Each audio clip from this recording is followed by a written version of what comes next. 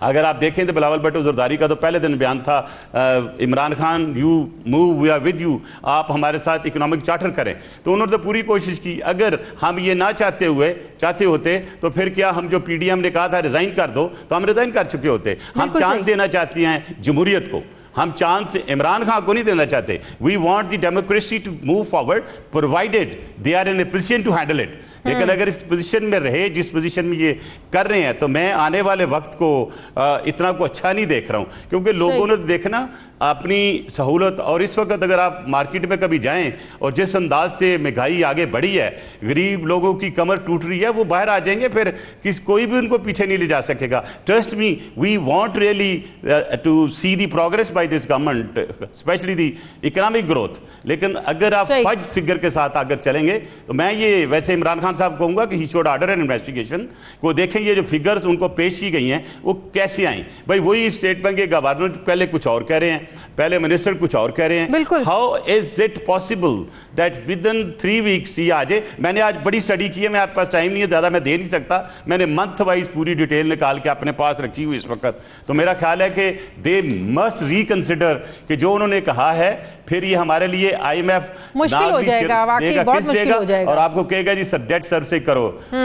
اور ایک چیز میں اس کے ساتھ اور کر دوں، ہمیں ابھی جو سی پیک میں کچھ نیگیٹیوٹی آ رہی ہے، فار گاڈ سیک میری گورنمنٹ سے بھی پولیٹیشین سے بھی اپیل ہوگی، ڈونٹ ڈینائی چائنا. جو پروجیکٹس چل رہے ہیں ان کو چلنے دیں فل فورس کے ساتھ، بیکاز ہمارا future is in C pack.